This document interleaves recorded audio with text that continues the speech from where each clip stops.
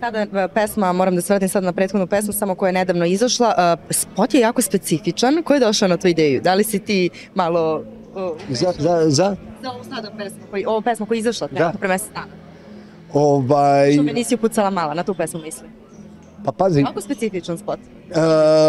Vidi, ja sam, kažem ja, Deki Milićević, ubit će me žena, kad vidi ovoliko dobrih žena u spotu, kaže, nisam ja kriv, ti si sam režirao spot, ti si sve uradio, nemoj slučajno kući ženi da kažu da sam ja. Ja sam samo snimao i zaista je bila moja ideja za spot.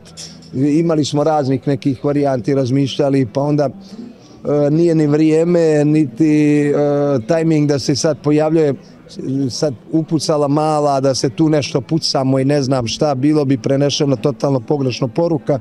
Ovako sam uradio, htio sam posle dužeg vremena da se pojavi dosta, pa da kažem, lijepih žena i lijepih cura, ali mislim da onako sve primjereno u granicama normale, nema golotinje, nema ništa, tako da... Šta ti rekla ona na kraju? Pa vidi, kao prvo spremio sam je malo, kao drugo sad sin radi sa mnom, tako da ja prebacujem sve na njega, nisam ja, to je sin.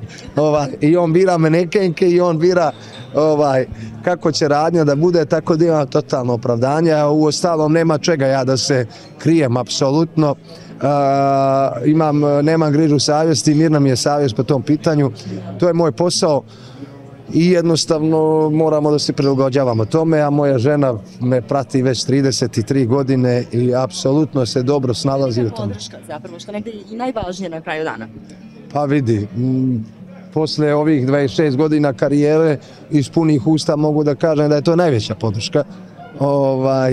Bilo je tu svega i svačega, ali neko da trpi, ne samo Bobana Rajevića, nego uopšte kogod je toliko godina u braku i da prolazi sve to kroz nas, kod nas pjevača, to je zaista jedna veličina, tako da mogu da kažem da je to možda i najveća podrška. Nije lako, to zaista nije lako da si stalno na terenu, da si stalno okružen tim nekim, pa dobro, nisu to samo žene, uopšte publika, ali ima dosta ženskog svijeta. Svakako također ima gdje ona mora da ostaje sama, ali tako tim danima?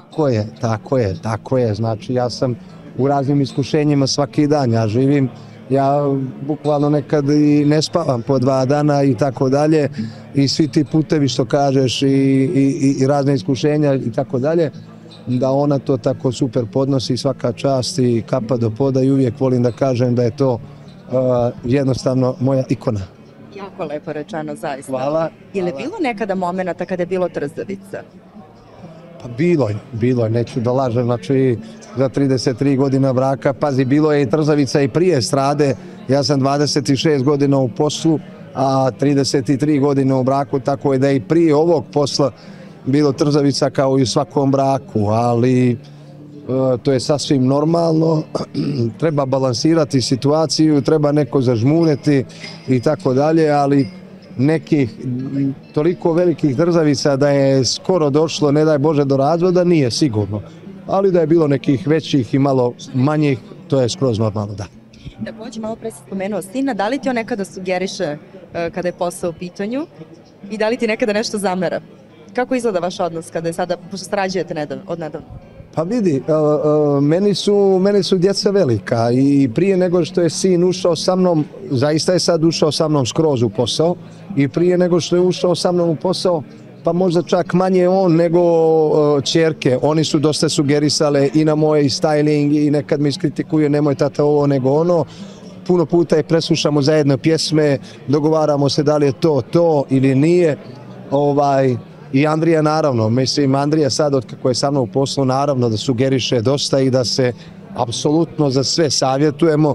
Ne mogu da kažem i ne bi bilo normalno da kažem da zna o poslu koliko ja znam, to je skroz normalno, ali da gleda sa neke druge strane i sa nekog drugog aspekta samim tim što je u tim godinama i što moramo da slušamo mlade i nove su generacije i živi se brzo, tako da puno puta njegove sugestije budu one prave i da moramo da se slušamo, on mene, ja njega i to super, super, odlično, Bogu hvala, funkcioniše. Treba da ostane.